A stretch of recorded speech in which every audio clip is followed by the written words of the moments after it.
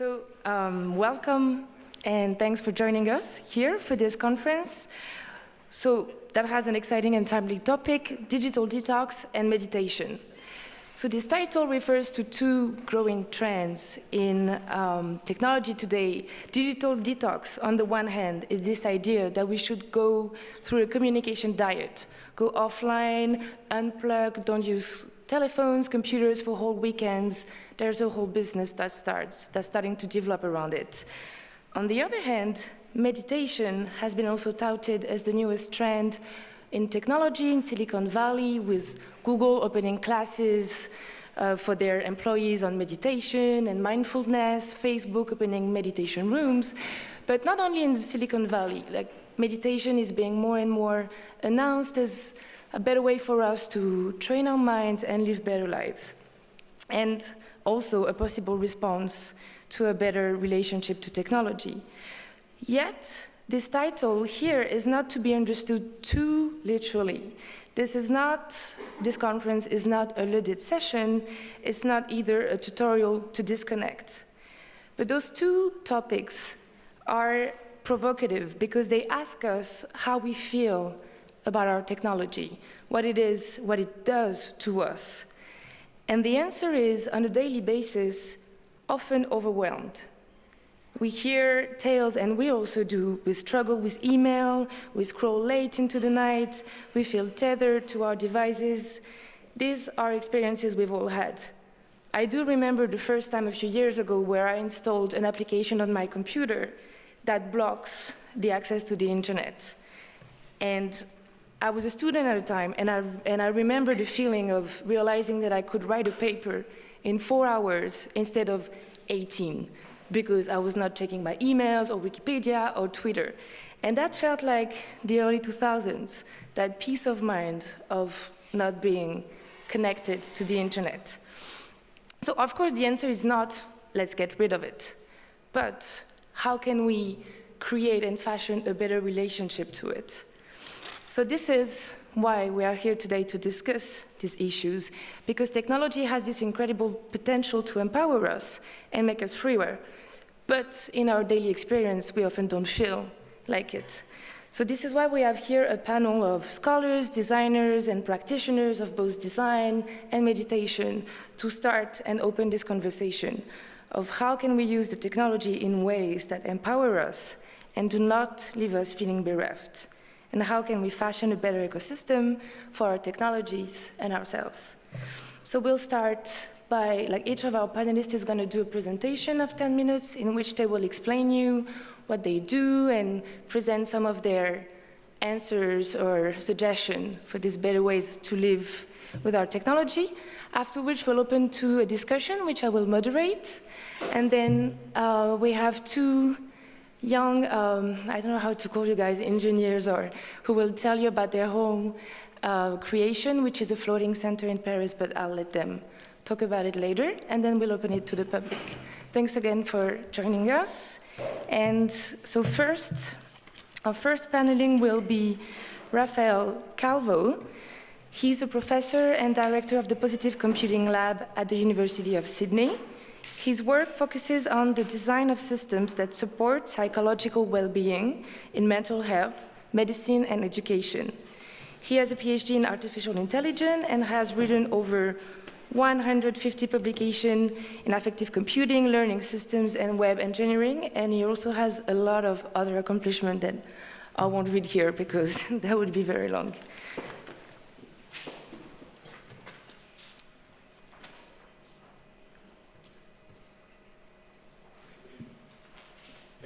Thank you so much for the introduction. Before I start, let me ask you a question. How many of you... Can you hear now? Yes? Let me ask you a question. How many of you feel that email helps you be happier or flourish as a human being? Raise your hand.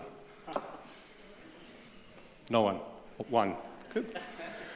How many of you feel that the mobile phone, that is the main communication technology nowadays, help you be more empathic, more compassionate toward others?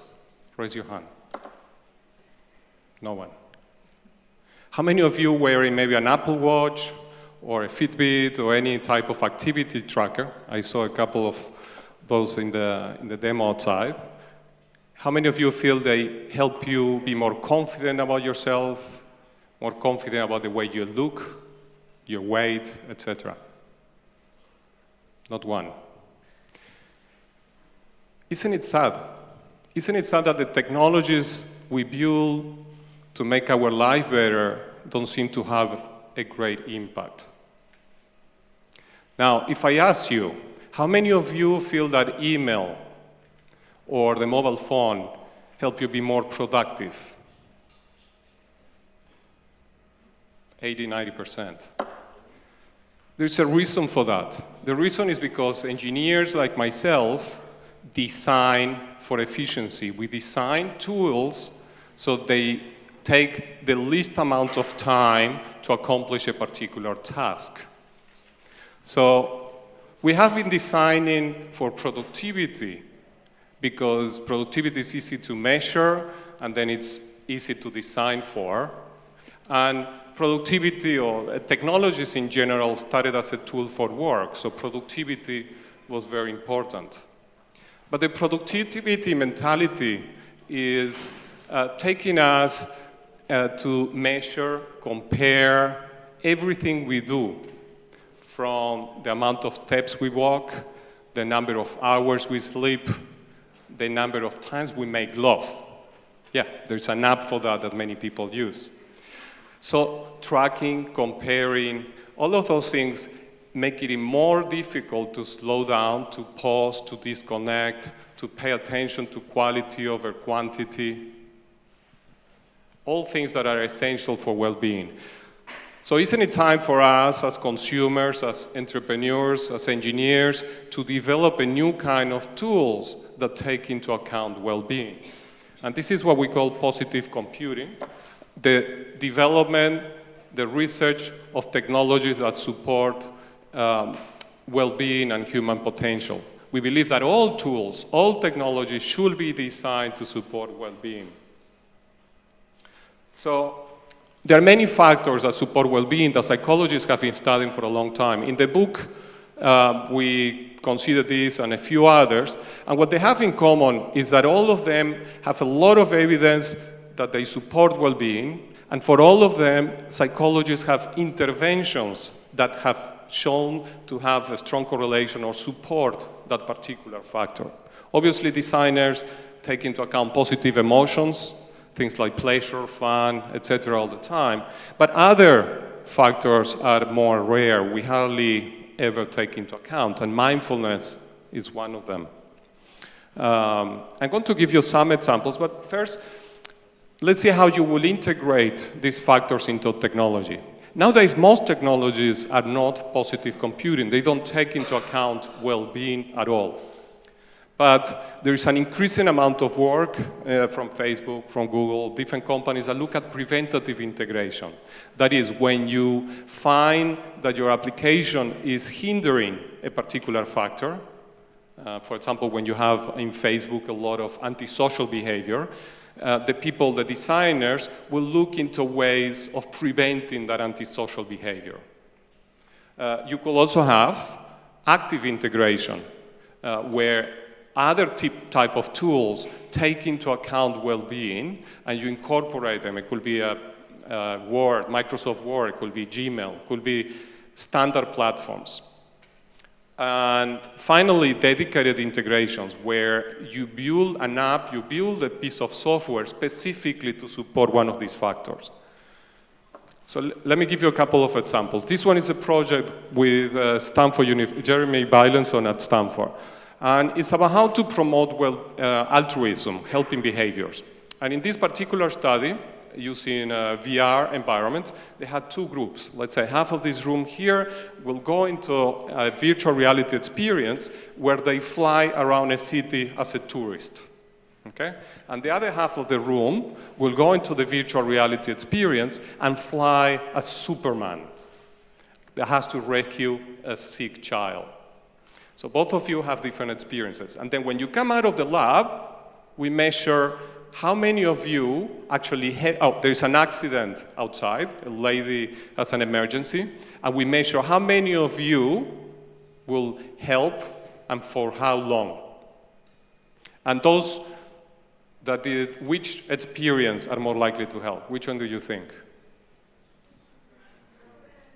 Which one? Raise your hand. Superman? Yes, that's right. Most people agree. Superman. And because psychologists have shown that when we practice altruism, we are much more likely to help in the future because we feel the positive experience that means helping others. Now, of course, it's very hard for us to get many, many people into a virtual reality machine, but we can incorporate these things into everyday software design. How many of you use LinkedIn? Okay, most of you. So those of you who use LinkedIn, you will have tried the endorsement feature. The endorsement feature allows you to praise someone for their skills, but designers have done such a fantastic job in making it efficient that you can endorse someone in 10 skills in a fraction of a second.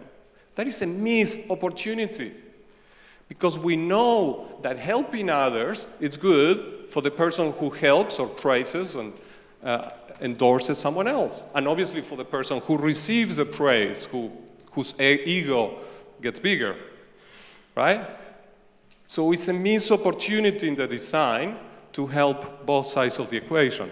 Now, another very simple design is the one that Microsoft did with Yammer. Yammer is a social network generally used within companies.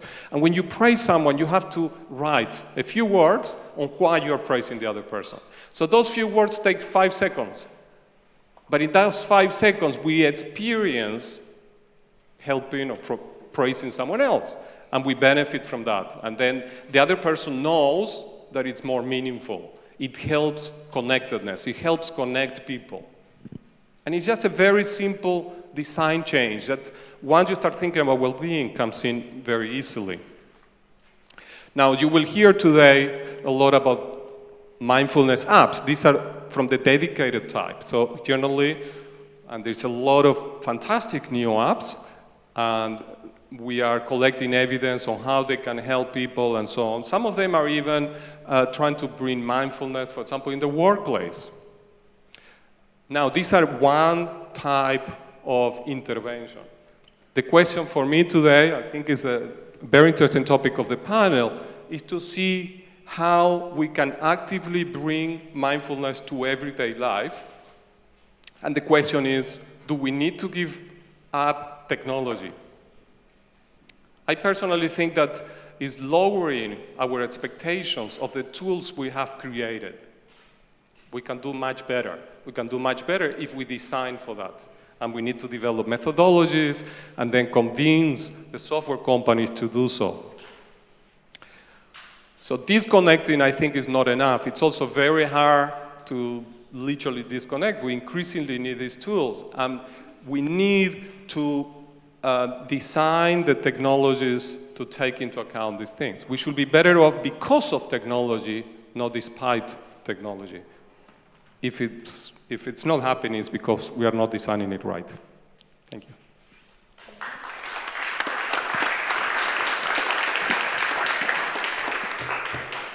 Thanks, Rafael.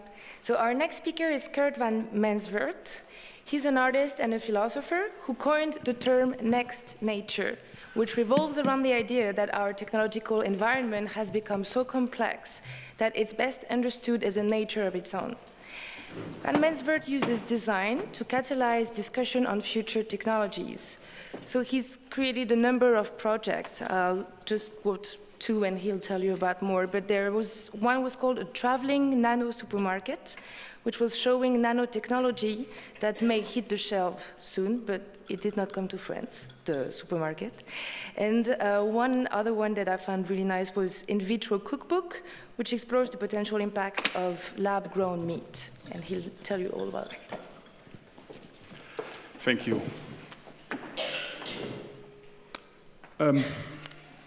Imagine yourself on the savannah, 40,000 years ago, right? Just do it for a moment. Imagine, there's no media, There's no billboards, there's no television, there's no internet, no mobile phone, no WhatsApp, no Facebook timeline.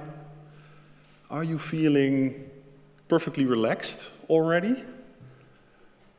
Make no mistake, this environment is full of information that helps you to survive. The tracks in the sand of the animal you might be hunting. The blackberries, are they edible or poisonous? And the birds flying towards the south, does that mean winter is coming? We human beings, we have evolved in a setting where our entire environment was the information interface. Now snap back to 2015. You are looking in your smartphone or your computer screen, trying to make sense of what's going on around you. And this is, of course, very limited. Later, I will argue that we need more humane technology, but first, allow me to introduce myself shortly. So, bonjour. I am Koert van Mensvoort, and I am an artist, I'm a scientist, I'm a designer, I'm a philosopher, I'm also a doctor, a blogger. So but I guess first and foremost, I'm a human being, and I make work in all kinds of media. So here's a piece of work. This is a data fountain. I made this because I was so fascinated with the stock traders who are looking the whole day in their screens. And it's interesting that when you look outside of the window, you see what kind of weather it is. But nowadays, the financial system is much more important for people than the weather. So I decided to make this natural phenomenon for stock traders that they could see how their money is doing. You see the yen, the euro, and the dollar, and every 5 seconds the latest currency rates are taken from the internet with an embedded system transformed into the pumps of the fountain and then presented as this natural environmental interface.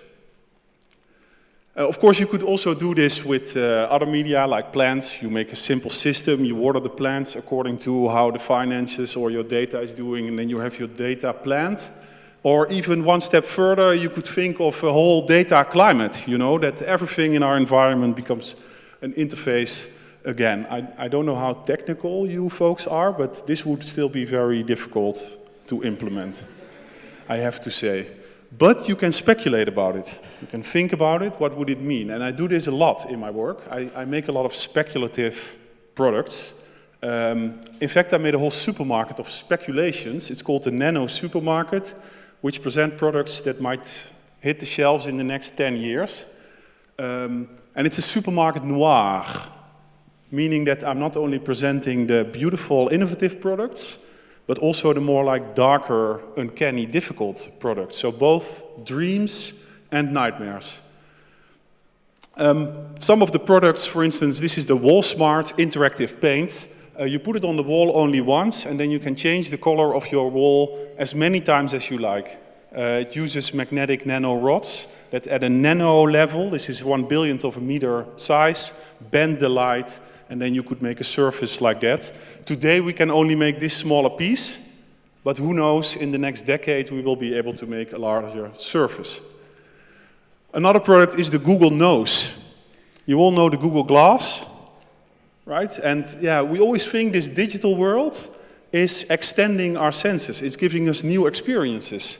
But some very important human senses, like smell, it's completely ignored in our digital world. It has no position at all. So I need a Google Nose that allows me to smell just as well as a police dog.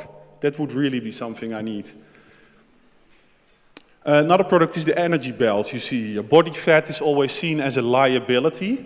But what if you could take the energy from your own belly fat to charge your cell phone?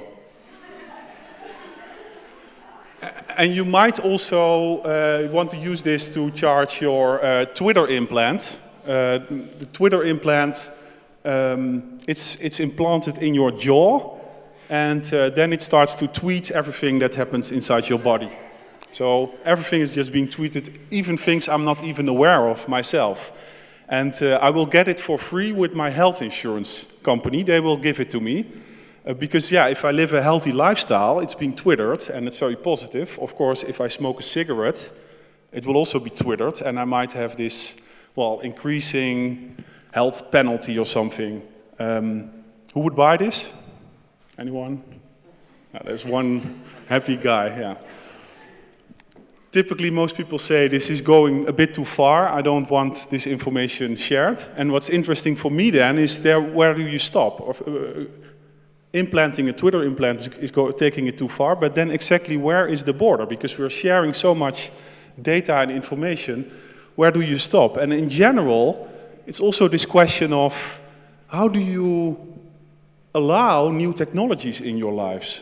What is your guideline? How do you decide that? And I want to spend a few more minutes on discussing this and presenting a model of how technologies are introduced and how they develop in our life, up to the level that in the end they become like the next nature. I do this with the model called the pyramid of technology. It's inspired on a Maslow pyramid. So all the layers of technology in different steps. What would be the lowest level at which technology can exist in our lives? I think this has to be the envisioned level. Every new technology has to be envisioned. You always need an idea before you can use it. So for instance, the quantum computer is now envisioned. Scientists are working on it, but it's not said that it will also arrive in our lives. Think of the time machine. Time machine has been envisioned for centuries, but I have not yet seen a working prototype. Then again, the satellite was envisioned by science fiction writer Arthur C. Clarke, and it took about a decade before the first scientists were able to send a communication satellite into orbit, effectively lifting this to the second level, the operational level. Also, this Google knows. We know it, at an operational level, we can make this sensor. We know how to do that. It's possible, but we don't have a product on the market yet. It's not applied. You cannot buy it. Then again, the smartphone, that's widely applied. Is there anyone in the room who does not own a smartphone? There's 3 people who do not have a smartphone, and there's one here raising his hand while he has a smartphone in his hand.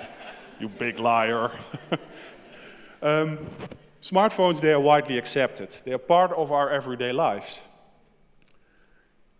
Just like cars, flat-screen televisions, or GPS systems. And personally, I'm already this kind of person, I cannot navigate without GPS anymore. I don't know how to read a map anymore. That feels clumsy, I'm searching for the blue dot.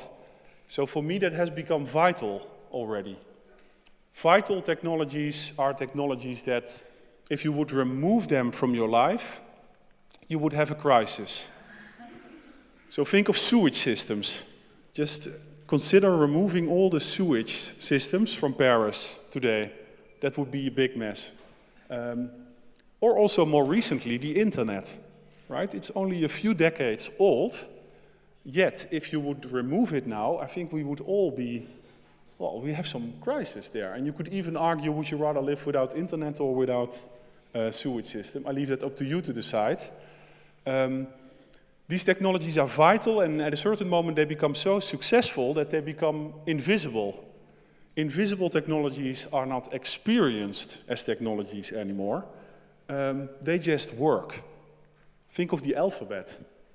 The alphabet is really an ancient information technology that allows us to make our voices and thoughts permanent in the outer space. Books, magazines, newspapers, billboards, signage, even graffiti. The alphabet is used everywhere. And as a child you have to invest in it, to learn it, but then you master it and you forget about it and it just works. Also the clock, which allowed us to set meetings with more precision than the natural units of the day, the month and the year.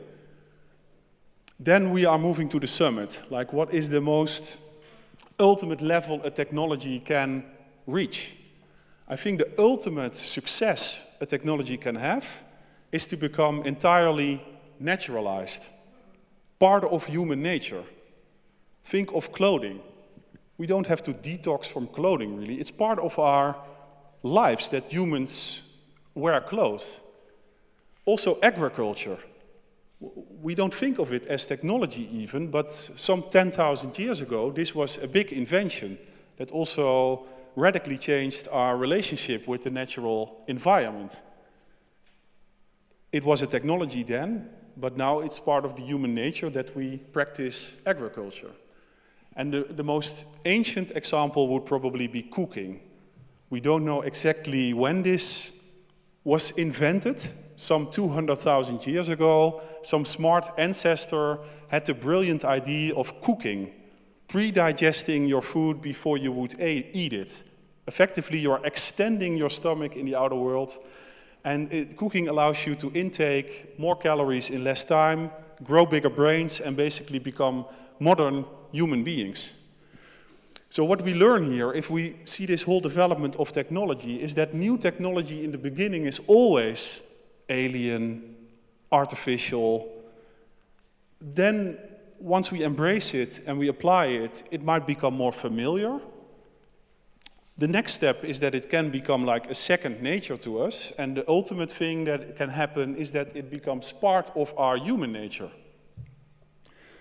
Now, if you oversee this whole development, you could ask yourself the question, like as a young technology professional, or a young designer maybe, or whatever you do, what you are, innovator, at what level are you working?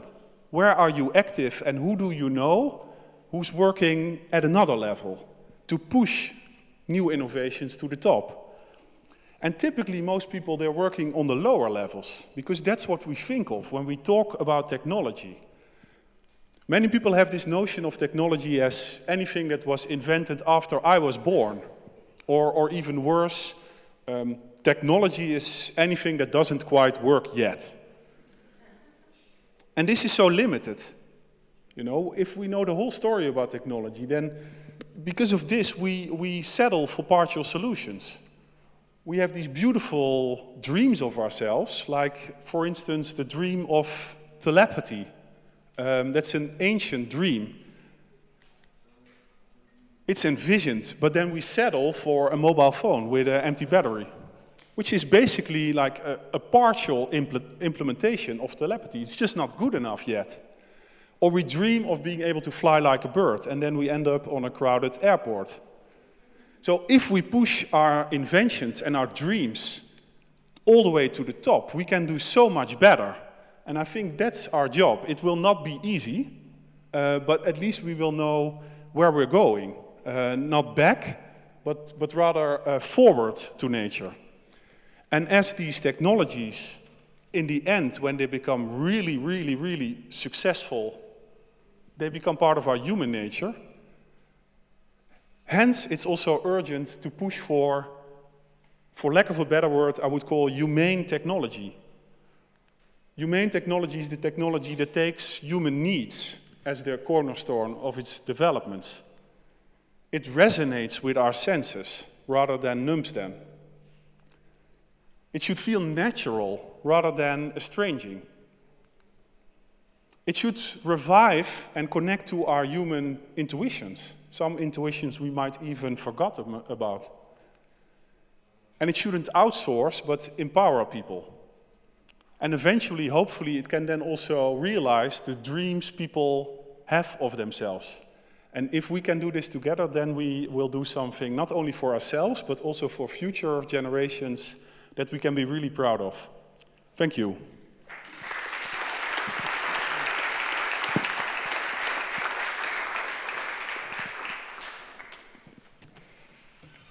So our next speaker is Golden Krishna. He's the author of a book called The Best Interface is No Interface, and he's a user experience designer at Zappos, which is an online shoe retail company. He also is also involved in conceiving and building future technologies in innovation labs at Samsung and Zappos. Thank you.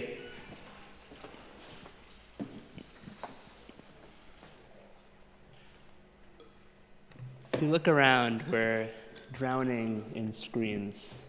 In the United States, Children spend about 2 hours a day looking at a screen. Teenagers spend over 7 hours a day looking at screens. As adults, we spend over 8 hours a day looking at a screen. And these screens demand more and more of our attention. The digital products that are made on them intentionally try to get us addicted to them by buzzing and beeping. We get about 150 notifications per day on our smartphones. A recent study in the UK revealed that people check their phones because of all those buzzing and beepings about 221 times a day. All this screen time has led us to a number of problems. We're distracted from our friends and family. We're distracted when we're operating cars. The CDC in the United States estimates that 1,000 people every day get injured in a car accident in the US because they're distracted by a screen while driving.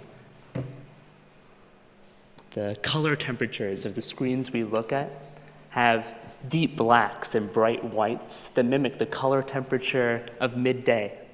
But when we look at that color temperature at night, it suppresses our melatonin. It makes our bodies think that it's midday, which throws off our sleep cycle. Studies have shown that the times in which we do nothing, the moments of boredom, are actually our most creative moments.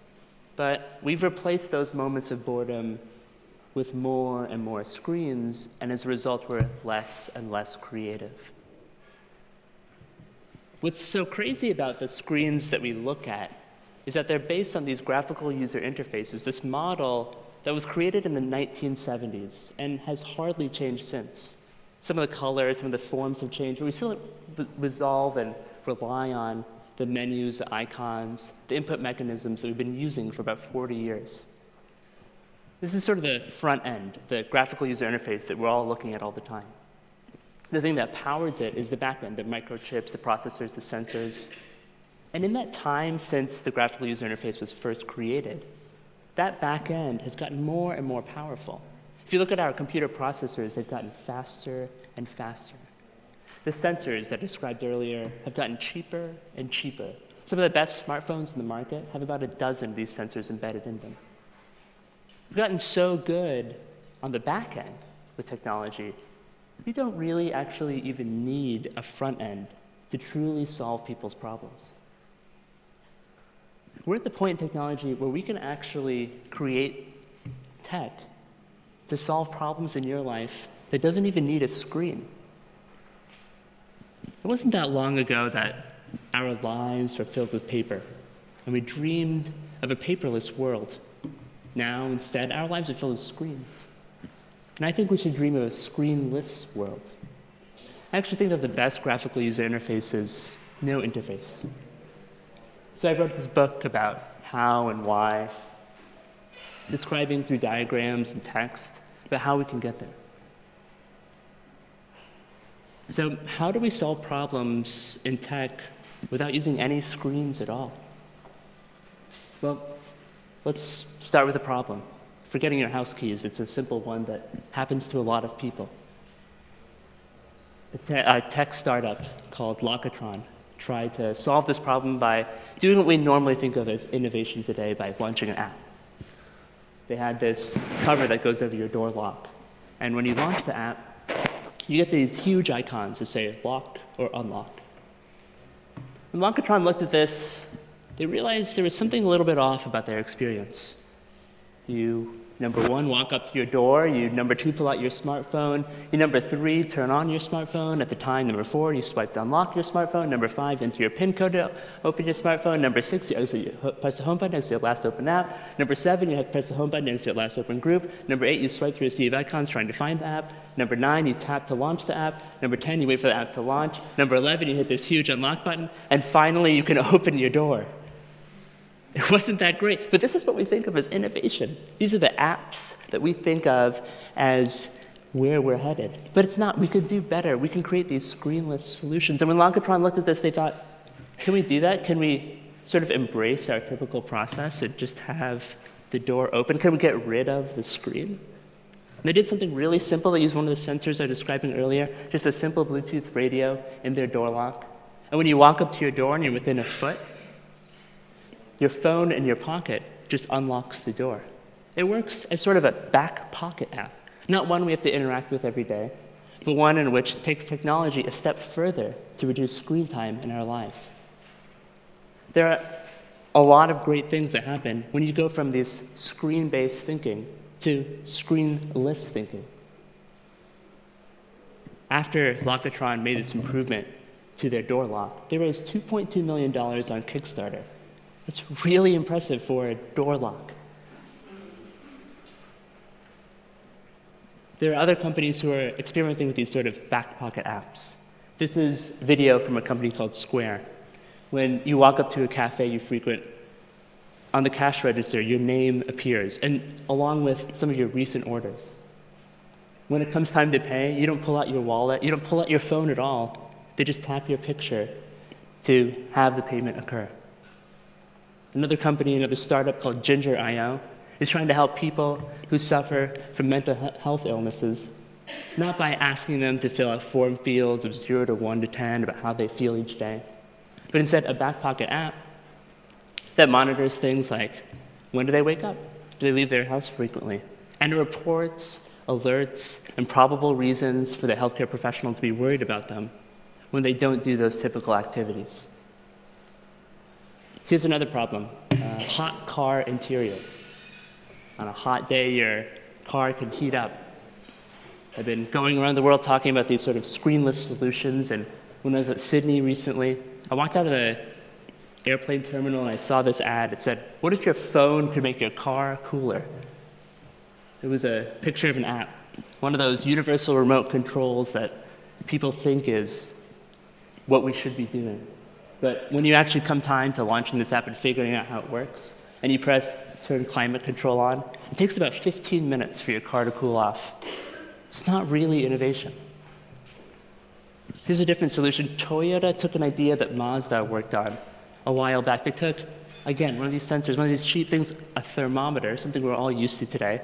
They put it on the inside of the car.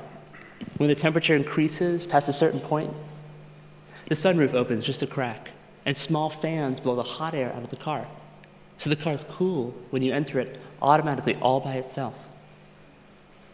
And the beautiful thing about this solution is that it takes the problem, the sun, and it makes it part of the solution because the entire thing is powered by solar power.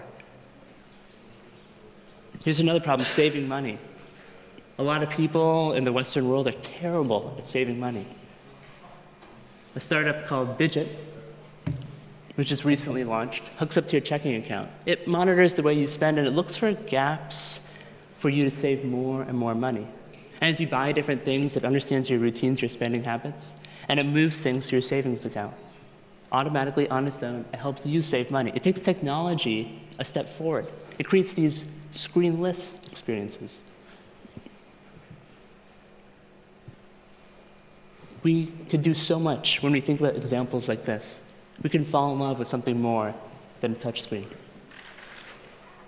can read some of my writings in my book or on my website, nointerface.com. Thanks.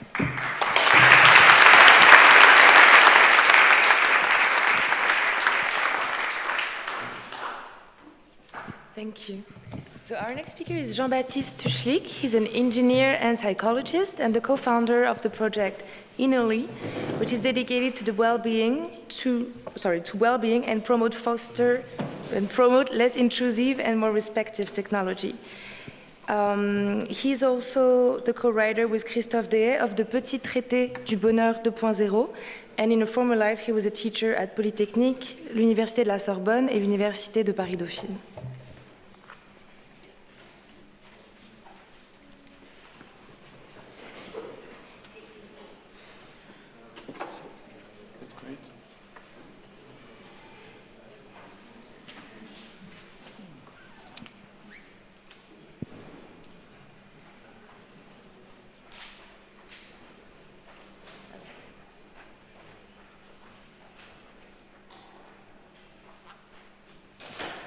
Well, this is a rather stressful technology when it doesn't work, isn't it?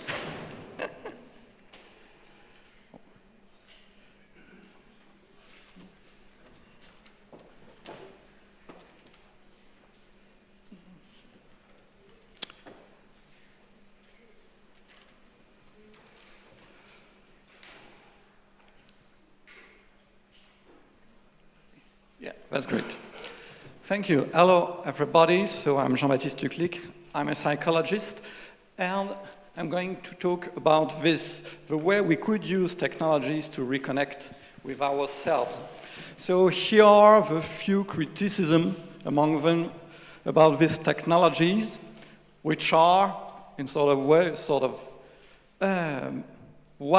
massive weapons of distraction.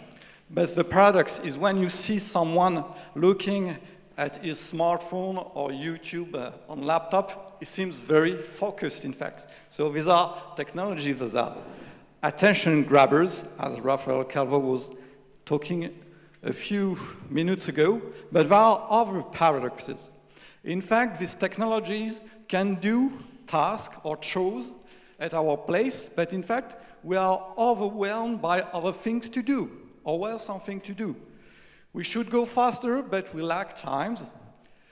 We are connected with these technologies, with other people all around the world, but that doesn't prevent us to feel lonely sometimes. And in fact, we've got overwhelmed by things. We are in a society of abundance, but it doesn't prevent us to feel sometimes a feeling of emptiness or meaningless, lack of meaning in our lives. Well, so does that mean that we should unplug? Well, trying to unplug totally has been done by several bloggers, for instance, in the United States. They made the bet to stay disconnected from internet during 1 year, and what happened? You may have heard of it. In fact, they lost contact with other people, they desocialized, and they couldn't use that time given to us to make all the nice projects they had thought of before. So disconnecting completely is not a solution. We may disconnect, unplug, but this complaint about technology, is this really something new? Well, for instance, regarding distraction, in fact, some great thinkers have noticed that we are attracted by distraction from a long time ago. But more recently, in fact, this exhaustion that we feel in front of technology, that we are tired by all these interruptions, SMS, emails, Skypes. In fact, 30 years ago, well, 40 now, so this philosopher Jean-Baptiste was explaining us that it was inherent from this consumer society, because we are in a production systems that in order to buy more and more things pushes us to work a lot, and exposes us to a lot of stimuli. That's why we are overstimulated. So perhaps it's not only our smartphones that creates that feeling, and you know that having a lot of things can let us empty, and this feeling of emptiness is linked also to the consumer society. That's something we could remind of. In fact, we live in a postmodern era, and one of the most famous sociologists, Anthony Giddens, has discovered that reflexivity is something really inherent to being a postmodern man or woman.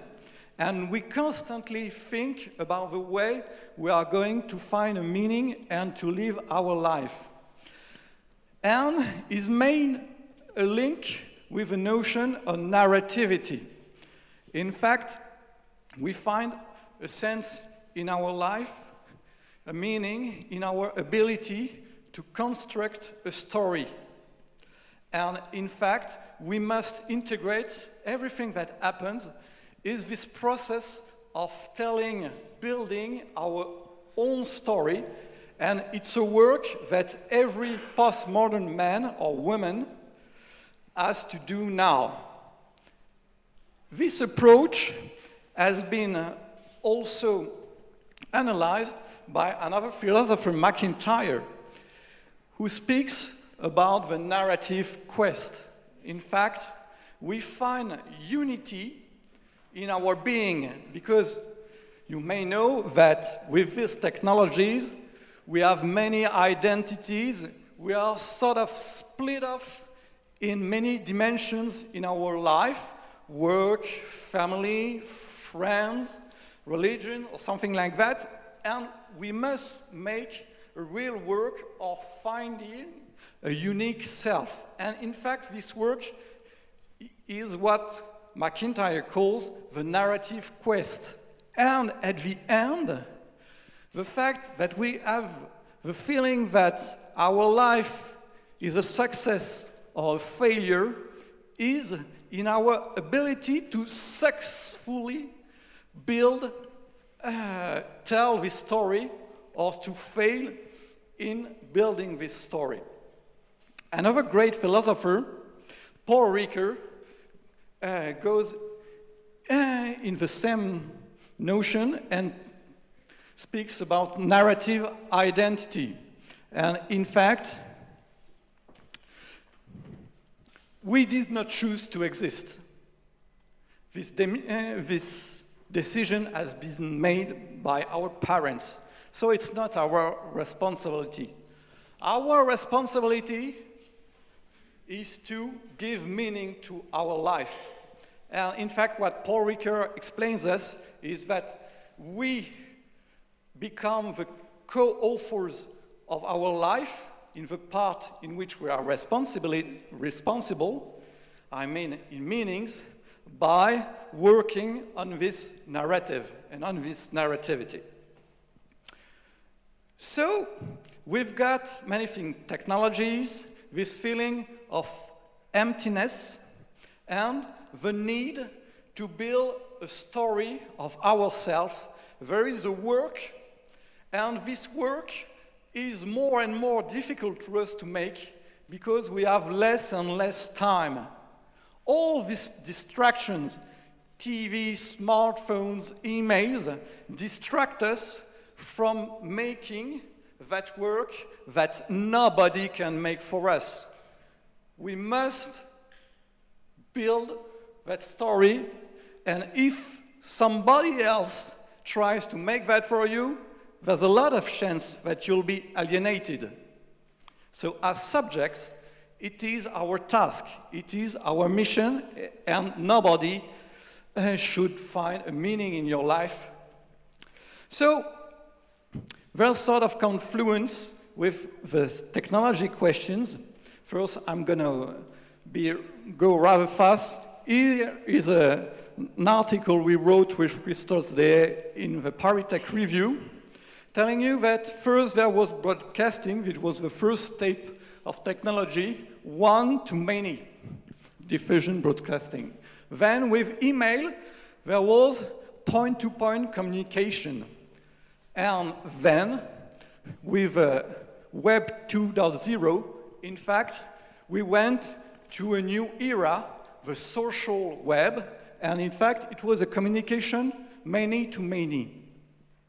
And then there's sort of back movement that we use technology to change the relationship we have with ourselves, with our bodies, with activity trackers, with our health, and also perhaps with our mood and attitude, and finding meaning in our life. So this any to oneself step is a new kind of technology that's beginning to emerge for a few years now. Another trend is of this switch is that, in fact, social networks are beginning to mutate and go to smaller groups, but with more intimate information connections. And this is why some companies like Snapchat, WhatsApp are taking up Facebook. So, and with this shift and with increased level of intimacy in the side of our social group of reference and the content we share, it raises new expectations, of course. And then, regarding to distraction, of course, there are these studies that show that, for instance, in the United States, I don't have the statistics, but perhaps they intend to forbid smartphone in surgery rooms because there are a lot of problems of surgeons being distracted while operating patients.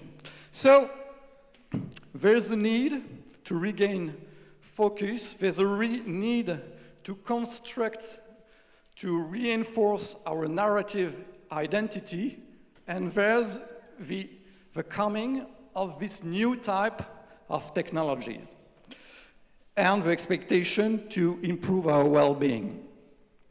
So I'm going to show you this project which combines narrativity and technology, and with these ideas of positive technologies. So this is a journal Enerly with a mobile app and a smart device. Oh. There should be sound. Hello? So this project, could you put sound, please? Oh. Well, you see, that's sort of... Enrich them with your emotional reactions. Thank An you. image, a voice demo, a comment, a place. So, I don't know if you watch that, but I'm going to put that away.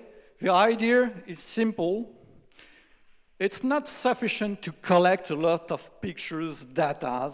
In fact, we must build a discourse, a story. And for that, we must relieve emotions. It's not enough to store memories. We must engrave them and make the link and the meaning between that. And this will give us inspirations. Because travel is a collection of unique moments, full of new discoveries, emotions, and encounters. Because thousands of unfiled photos can never convey the full story, the surprise, that love at first sight feeling. Exceptional moments. Innerly enables you to keep a genuine travel log you can plunge right back into, retracing your steps around the world or in a picturesque local region.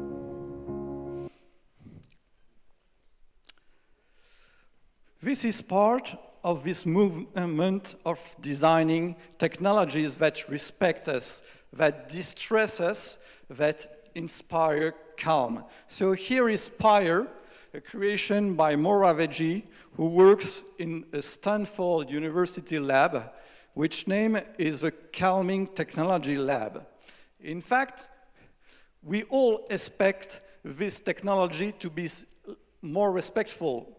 Before, they were designed for productivity, but now we should design them another way. So the question is not building statistic. It's about increasing quality of our life experience. And for instance, in the quantified self, all these activity trackers, you've got all these histograms and percentage and all of that. In our project, we refuse that. So what we imagine is that It can show how regularly you touch base with yourself. The more regularly you tend to your own secret garden, the more beautifully it will flourish.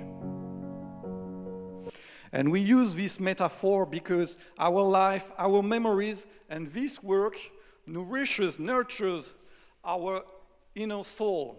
So we've got to use this organic metaphor, and perhaps it's going back to nature, but it's something more interesting and more engaging, involving, that having figures and more figures.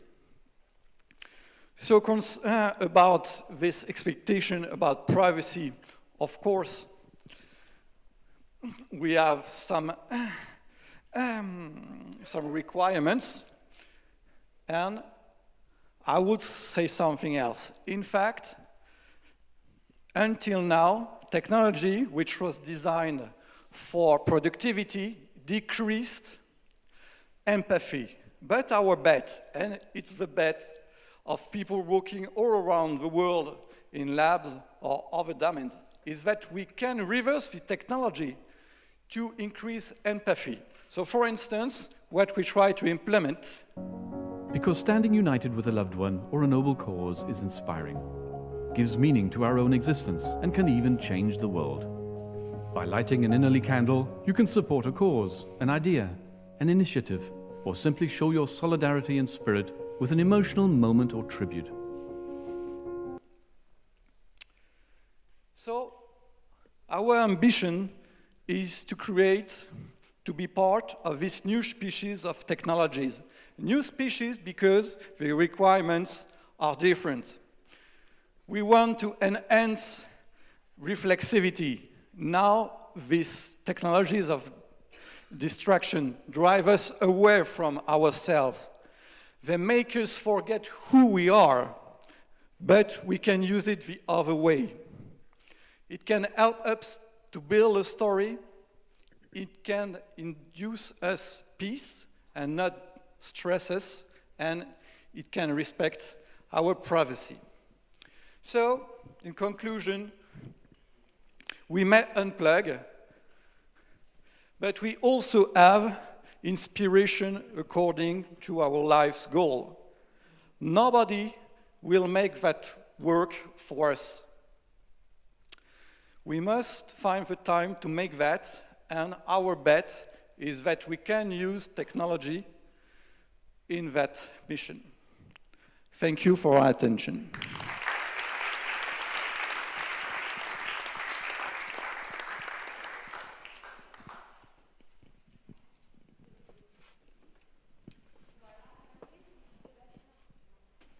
Hello? Ouais. Sorry. Our last panelist is Sébastien Henry. He's a writer and a professional coach that specializes in counseling CEOs. He holds a degree in business as well as philosophy and psychology. And he's co-directed a company in Asia for 14 years and now works with CEOs who want to, well, I translated into English, so I hope it makes sense, to ally growth and business with meaning. He's written 4 books on the topic and has also been meditating daily for 14 years. Thank you.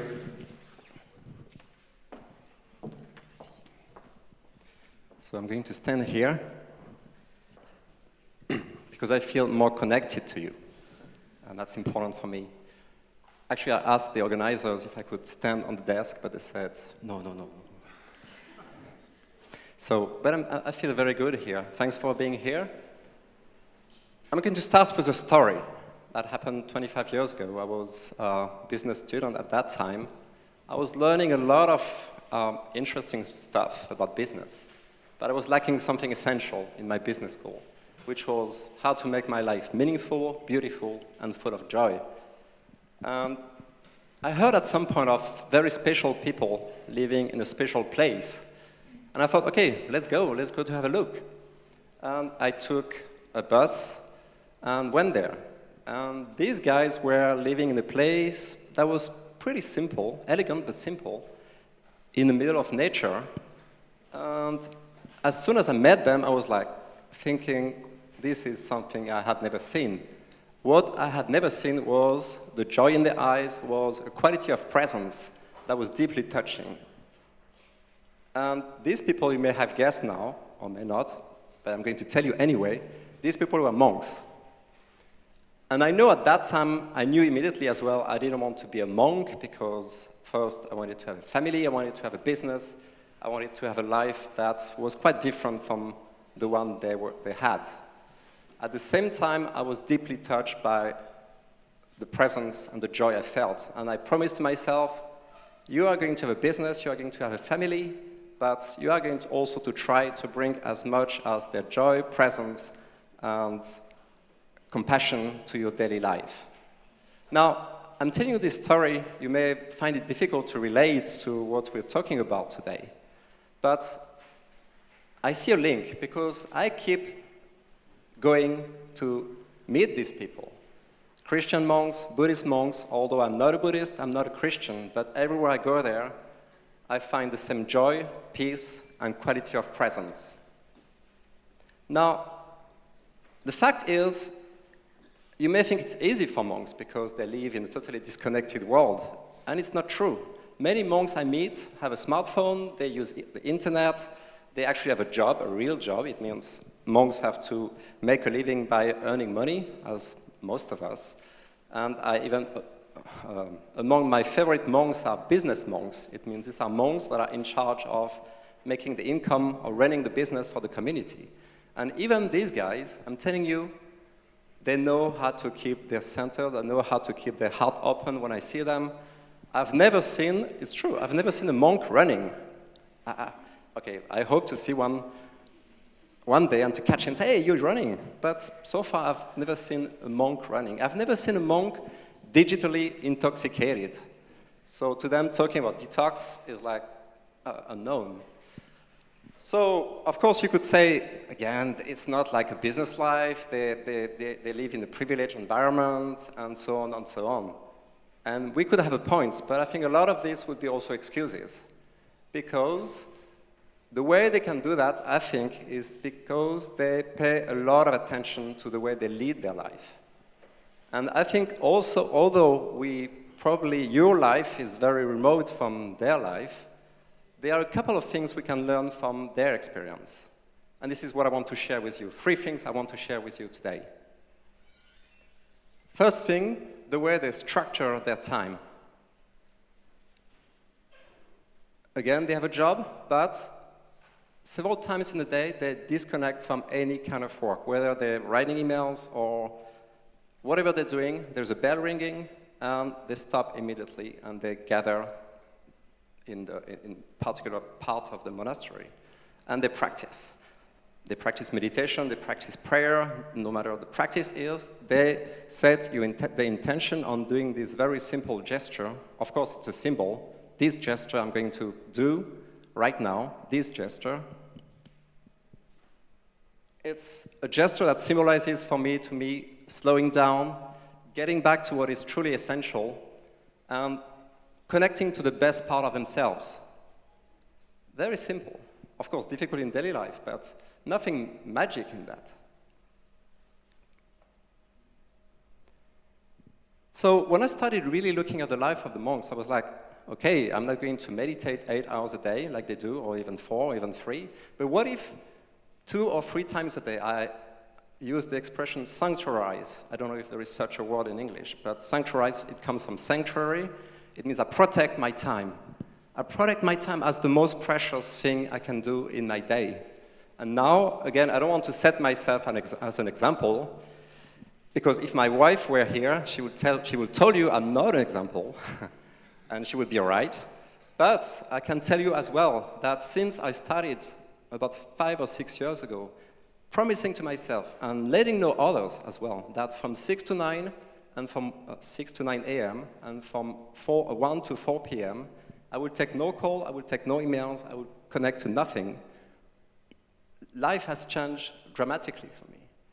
I could be able to create much more meaningful moments of joy, moments of peace, moments of love, beyond my expectations. So to me, digital detox is a nice expression. I think it reflects a need. At the same time, a much more useful question than how to go about detox is what kind of things that can we do to consciously, repeatedly, on a regular basis, create for ourselves these moments of deep peace, of joy, and of love. And I have to say there is no recipe. It would be different from one person to another. But if we stick to this expression of connecting to what is bigger than ourselves, I think that can be very helpful. Maybe for you, what is bigger than yourself is spending time with people you love. Maybe it's praying, maybe it's meditating, maybe it's doing something creative, maybe it's just doing nothing, walking in the woods. No matter what it is, but I think the first lesson of the monks is that we should set it as a top priority to protect these sacred moments from any intrusion. Of course, easier said than done. I want to share an experience with you. I always try to arrive 30 minutes before I speak in the place where I'm invited to take time to meditate. I usually sit in the audience and just take 10, 15 minutes to breathe, not think of what I'm going to say, and just feel the atmosphere. What happens, and this happens almost all the time, I started meditating. After 1 minute, I was like, oh, that would be cool to take a picture of the room and tweet it. That could be, yeah, quite nice. And I started taking my iPhone from my pocket and starting getting frustrated because I don't know why. The phone app didn't work. So I started rebooting the iPhone. I was like, that would be so cool to have a picture, and then it doesn't work. And then I was like, okay, guy, you're going to talk about digital detox. What are you doing to yourself? I was like, okay, I put it back in my pocket. There won't be any Twitter picture, maybe except for one friend, but I find it much more meaningful, actually, to feel connected to you from my heart. So that's it. I don't think I've lost anything. I've gained something. So that's the first lesson from the monks. Second lesson, because it's so hard to practice this art of staying connected to what is truly essential, what monks do is that simply, very simply, they get support from other people who want to do the same. And I think we've totally lost this art of practice together. Many people think that monks are very lonely people, like hermits. Not at all. In all monastic traditions, there is a community, the sense of a community. And why do they need a community? Not because they are scared at night, but because they know that there will be many times when this kind of practice will be unbearable to them. They will be fed up, and they're like, okay, I'll do it tomorrow, like we all do, and I myself. And in these moments of losing their discipline, losing their sense of practice, they will have the support of others. Again, you may think that it's very remote from our world, but what I'm experimenting at the moment in Paris, Geneva, and about now 10 cities in Europe, is inviting business leaders, because these are the people that I work mostly with, to once a month gather, have a time of meditation practice together, and then get into the heart of their leadership issues. How can I give more meaning and impact to my business? How can I bring a bigger contribution to the world? And I'm telling you what I've noticed. Let's use an image. It's like, my feeling is that when they get into the room, they are buried, they are buried under stress, they are tired. It's like have 10 or 12 matches, which flame is, how do you say, moved by the wind and about to disappear. And when I put them together, especially after a time of 15 or 20 minutes of meditation practice, there is a huge flame that is being built, just because of the group energy. To me, it's always deeply touching to see that.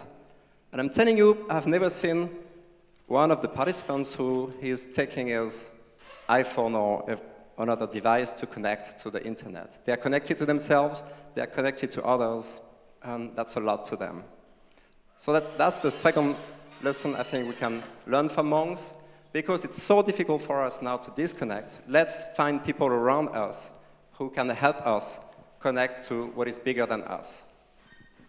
Third lesson, I don't know if some of you have been to monasteries, but there is one thing that happens when you go there, is within a few minutes, even if you're not a believer, there is an atmosphere.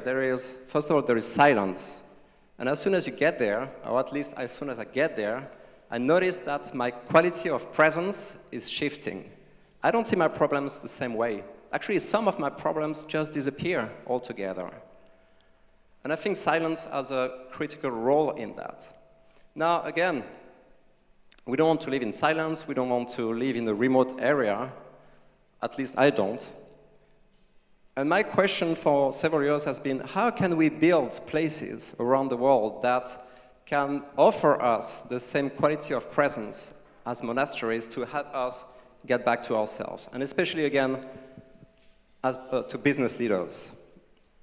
I'm not going to talk a lot about my action, but just in one line, when I get up in the morning, what drives me is to help shift profoundly the way we do business. I believe that for about 2 centuries, we've been doing business in a way that is totally disconnected from the heritage of wisdom we have been offered for centuries. We're just ignoring it. I think that's a big mistake, but it's not too late. So my goal is to help build a bridge between this heritage of wisdom and business leaders. So one of these, the way to build this bridge, and this is what I'm spending most of my time now, is to build monasteries for modern times, secular places of consciousness, located near the business quarters of 10 major cities in the world. Places located within 1 hour of the business area, like La Défense in Paris, or Central in Hong Kong, where I spent 8 years of my life. The idea that business leaders who would go there by themselves or with their teams could, within a matter of hours, have a quality of presence that could help them simply to do this gesture, get back to themselves. So there would be areas of silence, there would be a simplicity, many ingredients or many elements that you can find in monasteries, but in a totally secular approach, so that believers, as well as atheists, as agnostics, could feel at ease there. So this is what truly inspires me. I hope really all continents will be involved. We're working on a version in Hong Kong, one in Africa, one in the US, and several in Europe, with a team of business leaders who have decided to make this bridge between wisdom and business a priority. So that's the third lesson from the monk. Let's, apart from structuring our time to make sure that we have the chance to get back to ourselves, first lesson. Second, get the support of people who can help us. And third, go to places that can deeply inspire us and facilitate the work of getting back to ourselves. Personally, just to share my experience, I don't want to be too long on that. I have a privilege of getting more and more attention from the media, from business leaders, from top business leaders in France. I feel very happy about it. And at the same time, I realized after a meditation session that all this attention, all this buzz about my work was like having a big, strong rear wing. It means like wind coming from my back and pushing me. That felt very good. And my ego actually was quite pleased about it, and still pleased. At the same time, I saw a big danger in that. Great to enjoy the wind from behind. At the same time, I felt a very strong urge to, precisely because the wind taking me forward was strong, to anchor myself deeper and deeper and deeper. Intensify my practice and switch from 1 or 2 retreats a year to 5 retreats a year. And to me, since I made this decision, I'm like, that felt so right to make this decision. So again, I don't want to present myself as an example. I'm far from being an example in my daily life. What I'm just trying to do is to follow these guys, or at least to get inspiration from these guys, the monks who have, after all, centuries and centuries and centuries of experience that we can benefit from. Now, a final word, two things to conclude. I've found that on days when I can really do this work of connecting to myself, to what is truly essential in my life, of building peace and joy, then the use of technology is really also a joy. It's a pleasure. I give myself a 20-minute credit of using Twitter every day. I used to think that Twitter was a pure waste of time. Now I think that I was just an idiot and a narrow-minded guy to think so without trying. The 20 minutes I use Twitter every day are like fantastic. I connected to great people. I'm getting a lot of very useful information. I share information I find valuable to people I value. That's great. That's fantastic. But I see it as a condition before I do this. I use this technology to take this time to connect to myself. And by the way, the use of technology, I was very interested in some of the technologies you presented. I want to experiment the Superman thing, or, I mean, really, I believe technology can help us to work on opening our heart, on caring more for people. Seriously, I'd like to experiment. Maybe not Superman, because I'm not built like Superman, but maybe something else. Last word to conclude. What is at stake in this way to approach technology?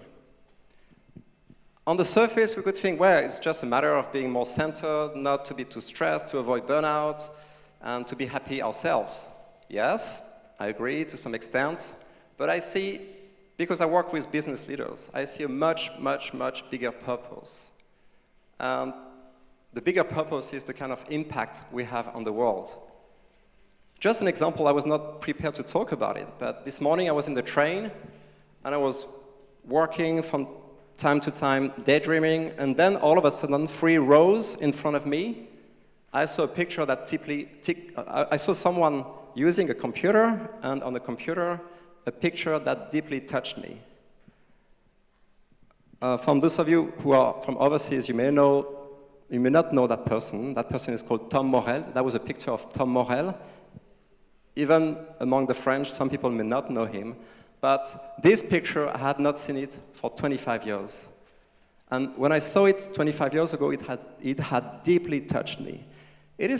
Tom Morel is a guy, he's an officer from the French army, who, during the war, decided to leave the army, because the army had stopped, basically, the war was over, and he wanted to still fight the Nazis. And he was living in my area, in the French Alps. And that guy, when he was 28, decided to lead hundreds of people, what we call resistance in France, resistance to a place deeply inhospitable, like in the middle of the French Alps, 2 meters of snow, freezing cold, in the middle of winter with the risk of getting killed. This is, for the French people who are here, called the story of the Maquis des Glières. And luckily, he got killed. He had 3 small kids. And when I connected to that picture again, these people who talk about that guy 50 years after, talk about his presence, his heart, his ability to inspire them and to take them to places they thought they couldn't go. I'm pretty sure that his leadership essence would not have been the same if he had spent 8 hours in front of a screen every day. So that's just an example, but when I look at the leadership essence we can cultivate, that makes me even more convinced that this work of not disconnecting from technology, but connecting to ourselves before we go to the technology is truly essential. What is at stake is the contribution that each of us can make to the world. So thank you for your attention.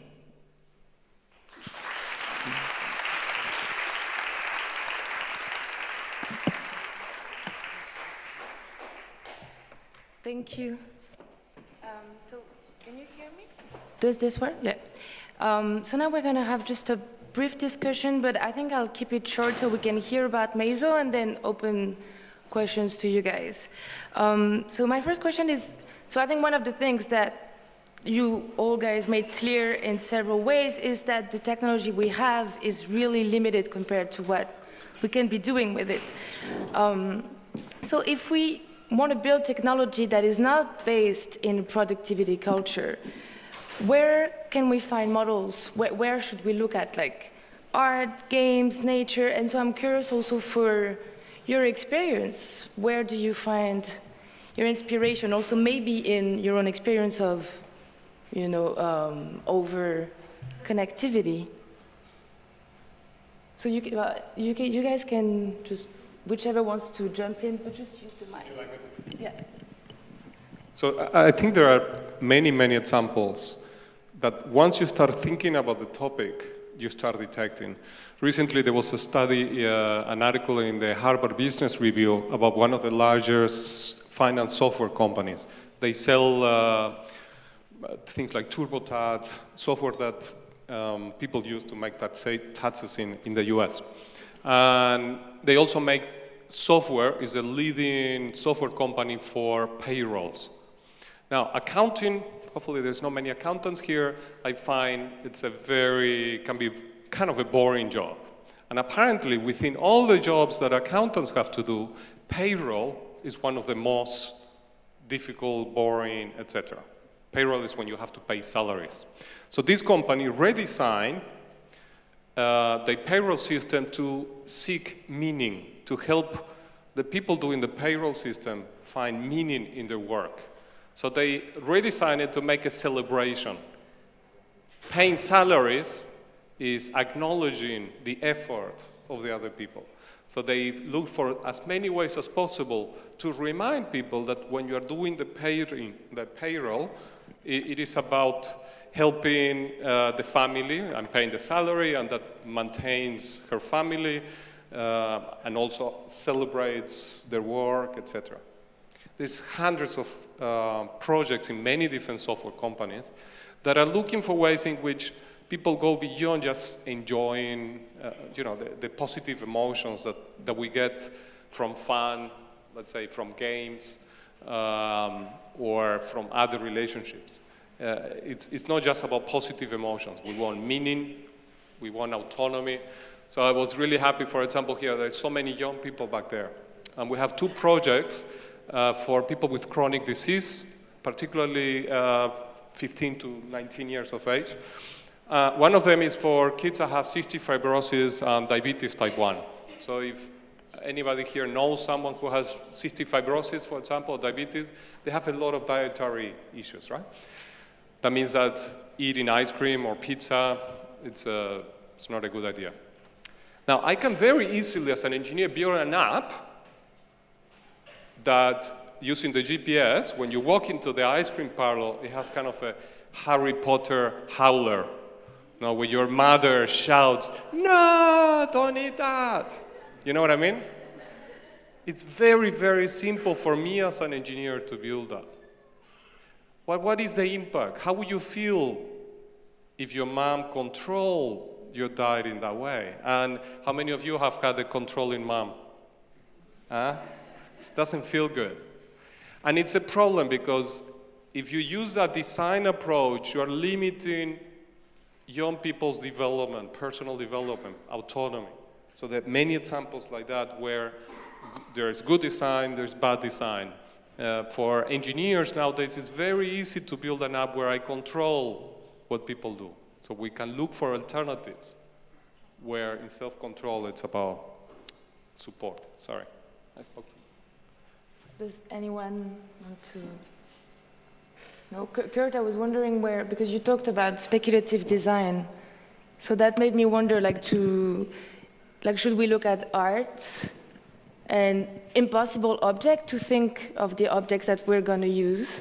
Yeah, I think that what's definitely very important is to take your dreams very serious, because we all have these longings for a better world, and often then we move on with the practicalities. I think that also relates to your story in a way, because today I heard on the one hand some wonderful approaches and solutions towards a calmer technology, less toxication, but indeed it's also in ourselves. And you want this dream that you have, you want to put that out there in the world. Mm-hmm. Although I must add that I think it will never entirely happen, because we humans, we also crave for some stress maybe, or some toxication sometime.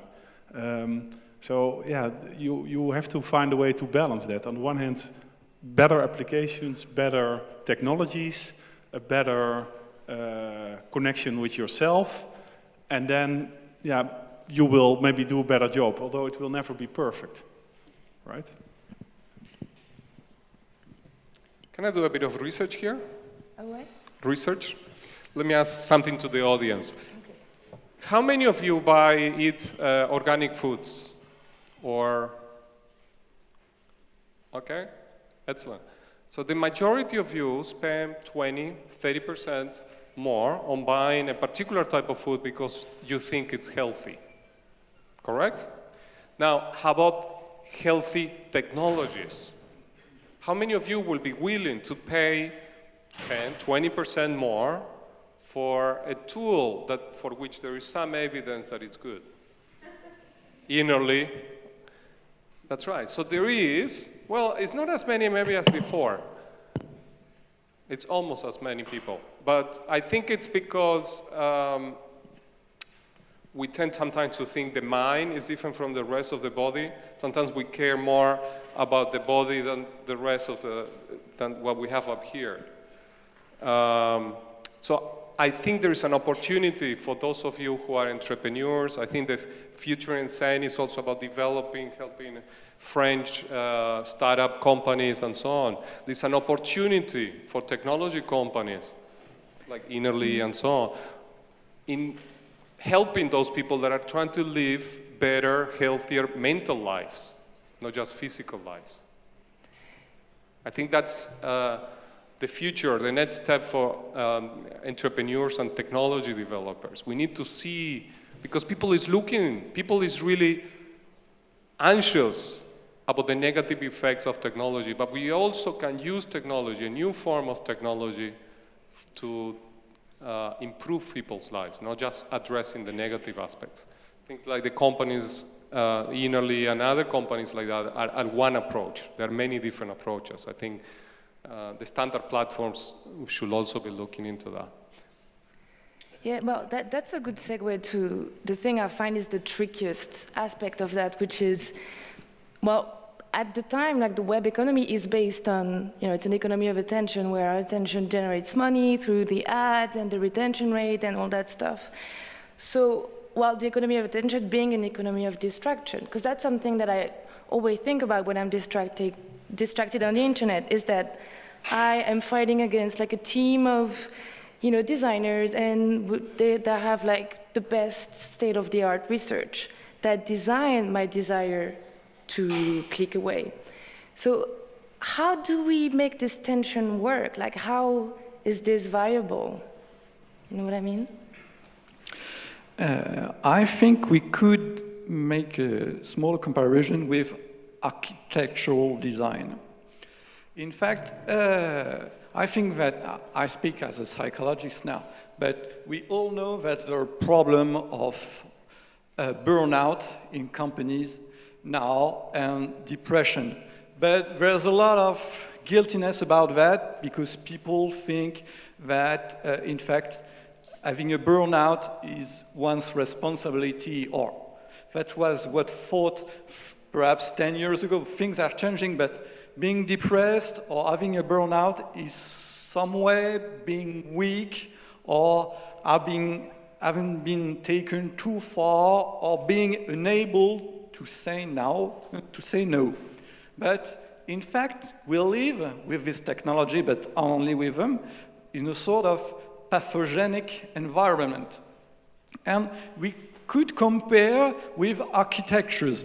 We know that all buildings, what we call rabbit cases, and we can build cities that destroy social link, relationships, and in fact are going to induce crime, depression, and also poverty.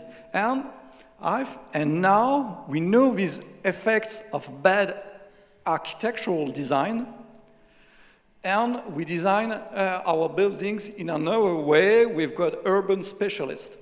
In fact, we are beginning to make the shift that there's also some responsibility in software technology design, and it can have pathogenic effects or beneficial effects. And I think there is going to be a sort of feedback, perhaps by the way of law, because perhaps like moral harassment company will be taken responsible for pushing individuals to the limits.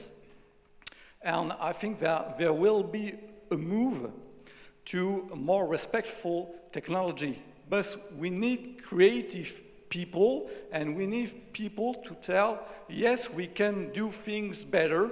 We are not obliged to make rabbit cases on our space wall. We can do better, and there will be incentive for that. Thanks. Well, sorry, I have to make it short because we're running a bit late.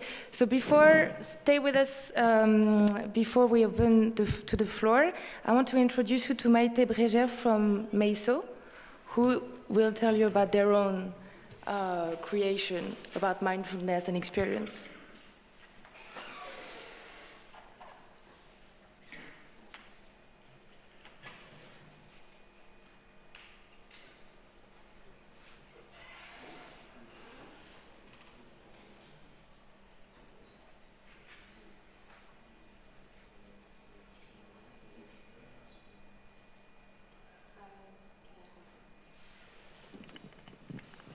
Thank you. Hello. Ooh. Thank you for listening to me. My name is Maïté. I'm a sophologist, and with my partner and life companion, Alexander Konski, we actually fell in love for a tool, a device. I'm going to tell you more about this. First of all, I have a question for you. Who is interested by meditation? Great, almost everybody. And who has ever tried to meditate? Very good. And who meditates regularly? Okay. So I don't know if you have seen the others, but it seems that it's more difficult to first to try the first time and then to have a regular practice. And we also had this difficulty with Alexander, and then we discovered a tool named flotation, and we decided to promote this wonderful tool in France. So, what is flotation? Actually, it's a tool like many others. Oops. Yeah, sorry. That combine two principles. The first one is being completely in a weightlessness atmosphere, being free from gravity thanks to water and a bunch of salt in the water that makes you float, like in the Dead Sea. And then you're also in a bubble that protect yourself from any external stimulation, from all this digital pollution that we've been talking about. And this enables you to achieve all the states of consciousness, such as deep relaxation, high creativity, introspection, or even meditation. And if we go back to the title, the word we've chosen, it comes from the Japanese word Meiso.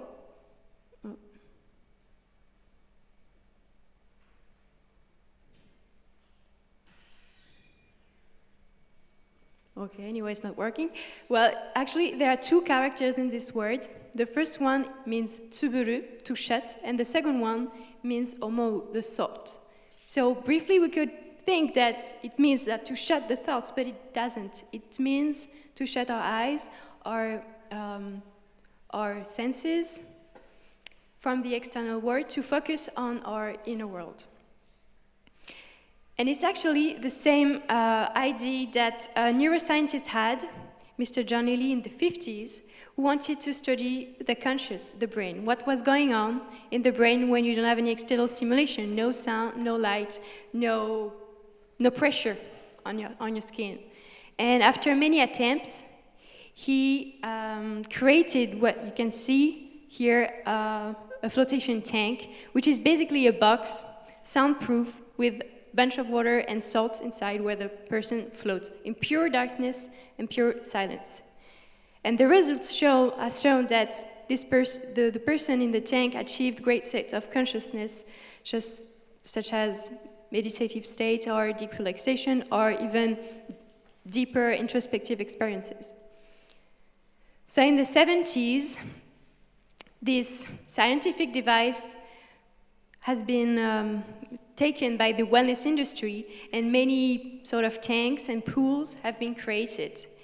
And we really wanted to try this device, so we've been to London. Because since the 2010, there is a second bloom of the flotation industry. And we realized that this experience was really powerful and interesting, and that really few people knew about it in France, and that we had to do something about that. So we decided to create our own flotation room, and we did everything ourselves from A to Z, thanks to new technologies such as 3D printing, and also by connecting all the equipments with an interface. We use several different techniques, from old ones and new ones, and after 2.5 years, we could open our first float center in Paris, and we welcome floaters every day, and this is our center. It's just a couple of streets away, and we try to help people to connect with their inner selves, their inner wisdom, and find their values and what they want to do in life.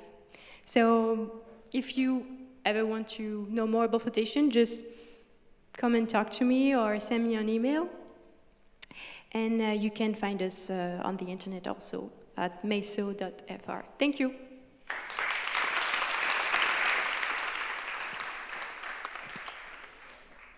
Thank you very much. Well, actually, I tried it, and I swear they didn't pay me to say that, but it's really, really amazing. So we have time for a few questions. Does anyone want to ask something to our panelists? So up here, do we have the mic?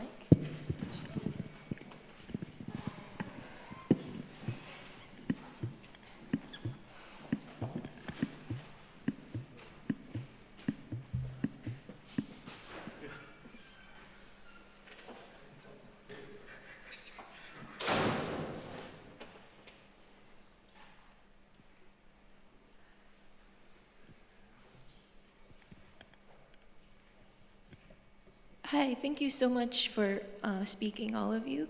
I'd like to ask about how you would overcome barriers to implementing this kind of dedicated integration in society. And I'm thinking not only economic, because it seems like you are focusing on making these accessible to all incomes, but also of the perception of most people who are busy or working class that this is a worthwhile cause, and also of access for people who are less digitally literate, such as the elderly or people who have not been so connected to smart technology.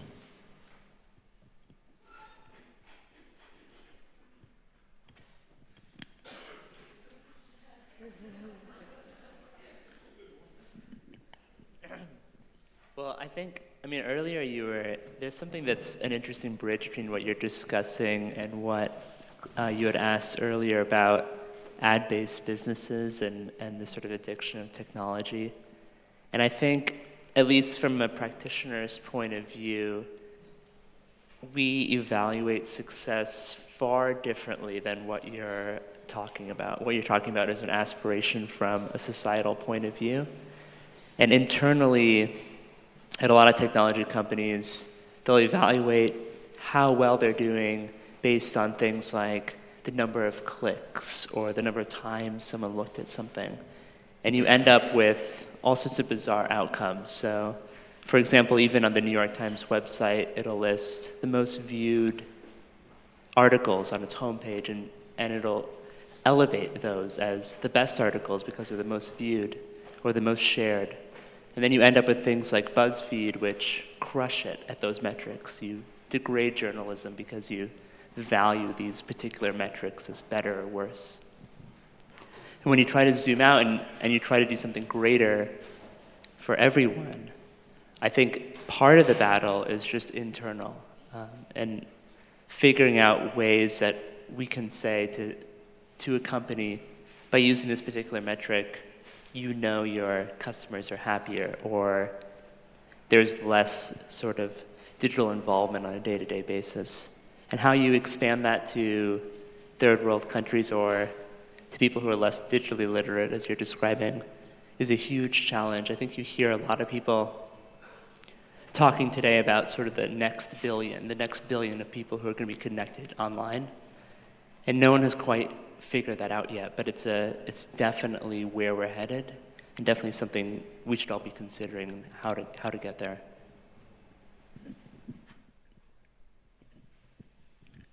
I think it's a fantastic question, and we consider a lot how companies sometimes can create products for, in this case, mindfulness training, etc., well-being in general. But I think maybe the ones that will really change the world will be social organizations whose main driver is not the commercial benefit, but it's having an impact on society.